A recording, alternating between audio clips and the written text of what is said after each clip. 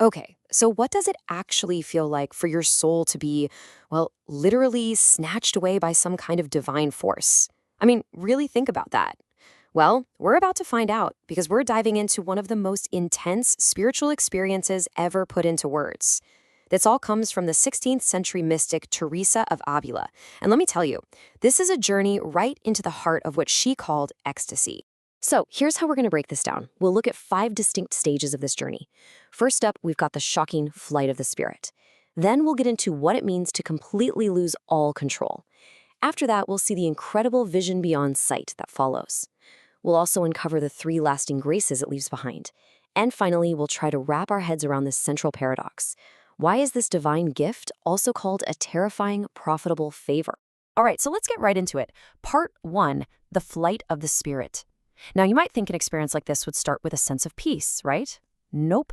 Teresa of Avila's account kicks off with something sudden and, frankly, pretty shocking, an event that she says is almost impossible to describe.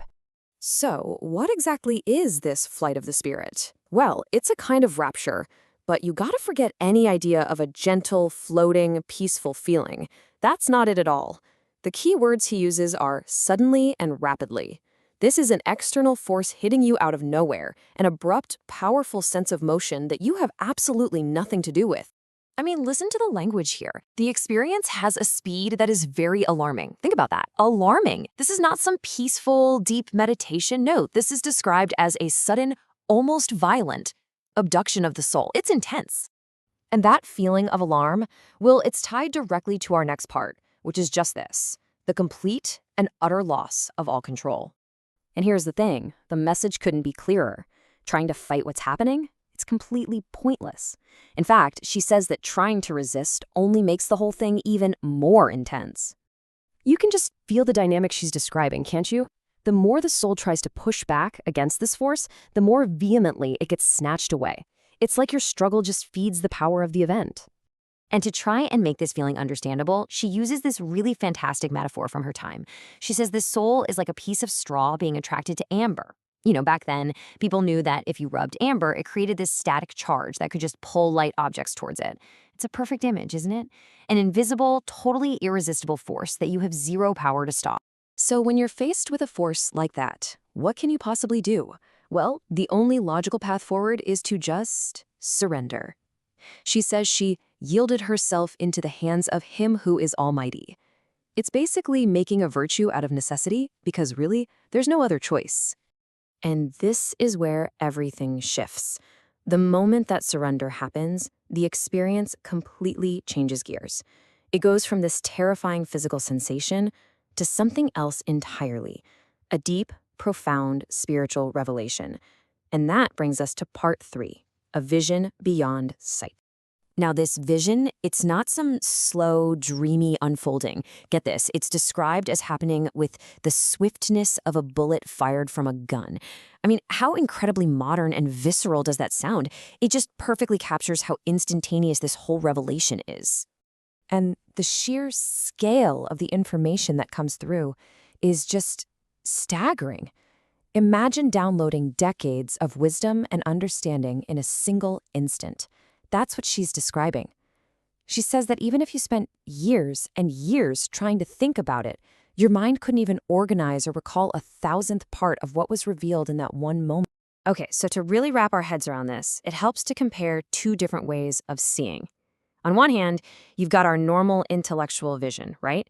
That's the slow, painful process of reading books, studying, gathering knowledge bit by bit. It takes forever and it's never perfect. But on the other hand, you have this spiritual vision. And this spiritual vision, well, it's on a whole other planet. It's something seen more clearly than with your own eyes. There are no words spoken, and yet truths are taught instantly. It's like this intimate, direct download of pure knowledge, where huge mysteries are just suddenly understood. Okay, so you go through this absolutely terrifying, mind-bending experience. You might be asking, what's the point? Well, it's not just some weird fleeting event. It leaves behind 3 permanent, priceless gifts. She calls them graces. So what are they? First, the soul gets this totally new, profound understanding of God's greatness. Second, it gets true self-knowledge and humility. because it can finally see itself for what it is. And third, this leads to this sort of contempt for earthly things, for materialism. It's not that they're evil, but they just seem so insignificant in comparison. It completely reshuffles your entire value system. And to really drive home how precious these changes are, she uses this beautiful metaphor. She says it's like a bridegroom giving priceless jewels to his bride. So these graces, they aren't just abstract ideas. They are tangible, valuable gifts that fundamentally change the soul, and they have to be cherished. And that brings us to our final piece of the puzzle. And it really gets to the heart of this huge paradox. How can something so divine and so valuable also be so terrifying? This is what she calls the terrifying profitable favor. And look, the account stresses this over and over again. This is not for the faint of heart. It requires, and I quote, great courage. Not just a little bravery, but great courage, in addition to all the faith and trust you can muster. And here we get to the absolute core of the terror. She asks, do you think it's a trifling matter, a small thing, to feel your spirit literally separating from your body? I mean, just try to imagine that. The feeling of completely disintegrating, losing your senses, and having no earthly reason why. It's got to be one of the most terrifying feelings imaginable. So we're left with this unbelievable duality, aren't we? On the one hand, this is a divine favor, a literal gift from God. But on the other hand, it feels like a violent spiritual assault, one that takes immense bravery just to survive. And yet, despite all that terror, the conclusion is crystal clear. The fright, she says, is well rewarded.